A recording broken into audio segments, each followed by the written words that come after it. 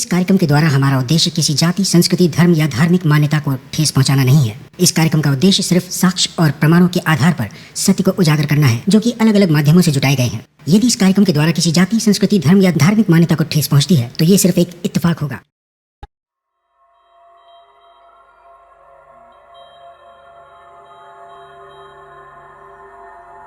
दुनिया में शासकों की कमी नहीं रही। हर एक क्षेत्र, हर एक राज्य और हर एक देश का अलग अलग शासक था, है और रहेगा। मगर इतिहास में कुछ शासक ऐसे रहे हैं जिसका नाम लेने से शायद वो दर्द बयां हो जाता है जिसे ये दिल्ली कभी बयां न करना चाहती है, जिसकी कहानी कहने से शायद ये दिल्ली सहम सी जाती है। यूं तो इस दिल्ली का निर्माण कई बार हुआ, मगर इस निर्माण की कहानी में दिल्ली न जाने कितनी बार उजागर हुई। इस निर्माण की कहानी में दिल्ली ने बर्बरता का वो रूप देखा है जिसकी कल्पना ना आप कर सकते हैं और ना हम। इस दिल्ली की कहानी बिल्कुल वैसी है जैसे एक माँ से उसके बच्चे को छीन लिया जाता है और फिर बाद में उसकी हत्या कर दी जाती है। सत्ता की ताकत और लालसा में इस दिल्ली की भूमि पर अनगिनत हत्याएं की गई हैं। पर हम आपको दिल्ली की वो दास्तां सुनाने नहीं आए। हम तो दिल्ली के उस दूसरे ऐतिहासिक शहर की कहानी आपको सुनाने आए हैं जिसने दिल्ली को दिल्ली बने रहने का मौका दिया, जिसने मंगोल से इस दिल्ली की रक्षा करने का जिम्मा उठाया।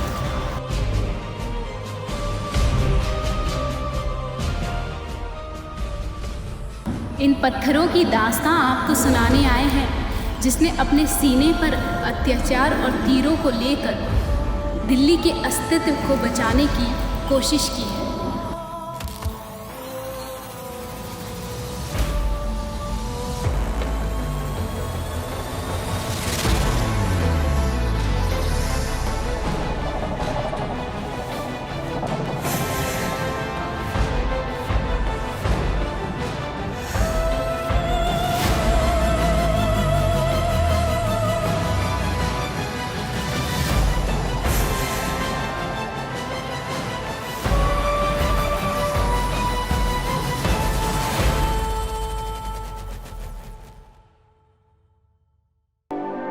इस किले की बनने की कहानी को शायद आज भुला दिया गया हो, मगर इतिहास की खोज के इस सफर पर भूले हुए अफसाने भी सुनाए जाते हैं और बिखरी हुई इमारतों की दास्तां भी कही जाती है।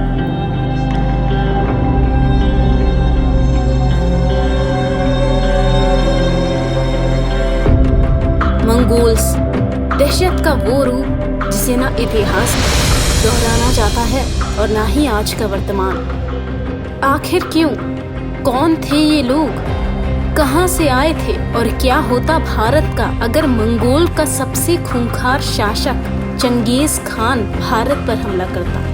और क्यों भारत आते आते लौट गया चंगेज खान? इन सभी सवालों का जवाब आपको इतिहास के करीब 800 साल पीछे जाने से मिलेगा, जहां पर दाई हथेली पर पैदाइशी खूनी धब्बे के साथ 1162 ईस्वी में मंगोलियों के एक सियासी खानदान में तिमुचिन नाम का लड़का पैदा होता है।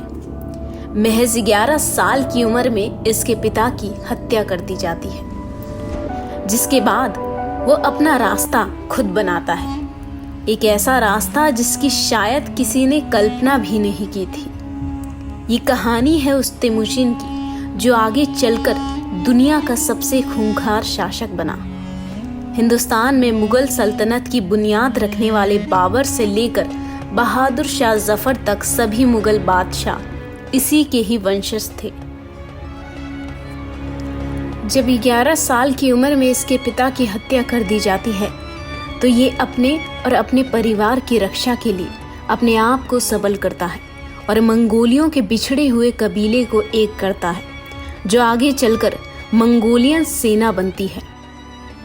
1206 में जब तमुओं में रहने वाली सारी जनजातियां एक ताकत के अधीन आ जाती है तो ओनन नदी के किनारे सफेद झंडे के नीचे तिमुचिन को कैगन का खिताब दिया जाता है। अब तिमुचिन चंगेज खान बन चुका था, एक खूंखार लुटेरा।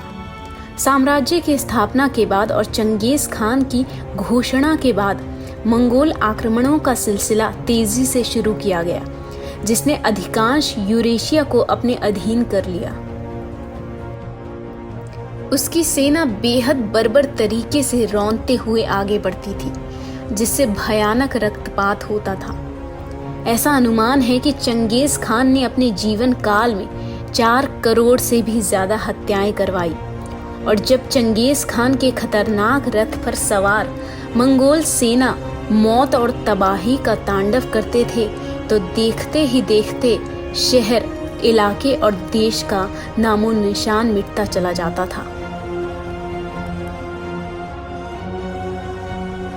महज कुछ दशकों के अंदर खून की होली खेलते, खोपड़ियों की मीनार खड़ी करते, हंसते बसते शहरों की राख उड़ाते चंगेज खान के जनरल बीजिंग से मॉस्को तक फैली सल्तनत के मालिक बन गए थे। सन 1211 और 1236 ईस्वी के बीच भारत की सरहद पर एक बड़ा भयंकर बादल उठता है। ये बादल मंगोलों का था, जिसका नेता चंगेज खान था। चंगेज खान अपने एक दुश्मन का पीछा करते हुए ठेठ सिंधु नदी तक आया था और संभव था कि वह भारत पर भी आक्रमण करेगा, मगर वह सिंधु नदी से आगे नहीं बढ़ा और वहीं पर रुक गया, जिससे उसके द्वारा होने वाली संभावित बर्बादी से भारत बच गया। चंगेज खान भारत की ओर बढ़ा जरूर था, पर कभी आक्रमण नहीं किया। अब ऐसे में सवाल ये उठता है कि इतना शक्तिशाली शासक जो जिस देश पर चाहता उस पर कब्जा कर सकता था, तो फिर उसने भारत पर हमला क्यों नहीं किया? उसने अपने विजय रथ को गजनी और पेशावर तक पहुंचा दिया था, जो वर्तमान में अफगानिस्तान और पाकिस्तान है। उस वक्त वहां का शासक ख्वारिज्म वंश का शासक अलाउद्दीन मोहम्मद था। चंगेज खान ने उसे कैस्पियन सागर की ओर भगा दिया था।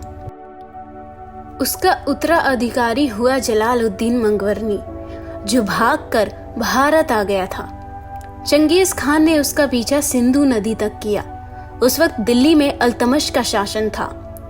मंगवर्नी ने उससे सहायता मांगी, पर क्योंकि चंगेज खान की शक्तियों का डंका हर जगह फैल चुका था और सुल्तान अल्तमश को भी चंगेज खान की शक्तियों का अंदाजा था, इसलिए वो मंगवर्नी की सहायता करने को राजी नहीं हुआ।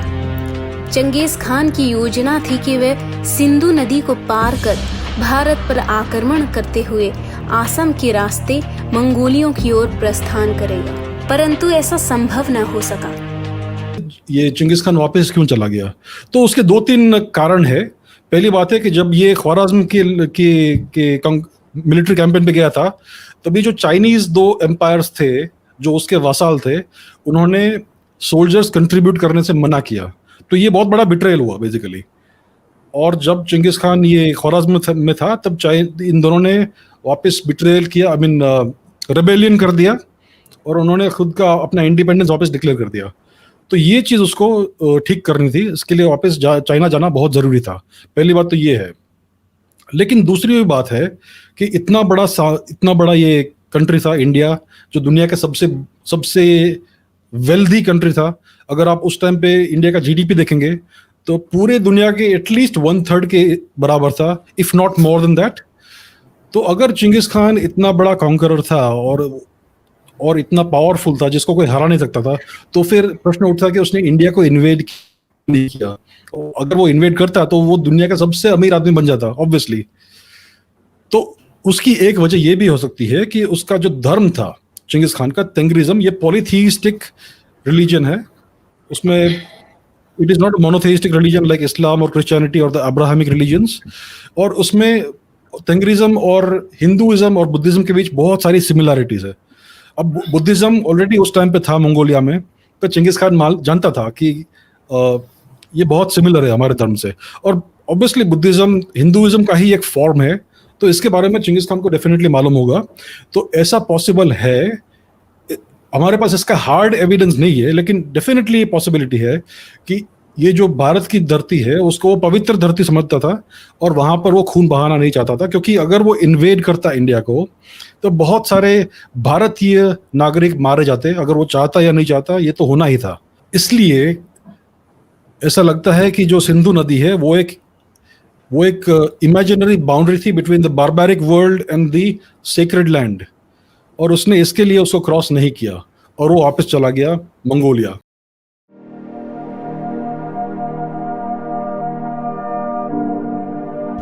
और इस तरह वो भारत की ओर कभी आगे नहीं बढ़ा और भारत इस कहर से सुरक्षित बच गया। Nehru ji glimpse of world history में लिखते हैं कि ये एक इत्तेफाक ही रहा है कि हिंदुस्तान इस कहर से बच गया। और आप कल्पना कर सकते हैं कि यूरेशिया के सभी लोगों के लिए ये एक प्राकृतिक आपदा रहा होगा, मानो जैसे कोई ज्वालामुखी फट गया हो, जैसे कोई भूकंप आ गया हो, जिसके सामने इंसान कुछ नहीं कर सकता।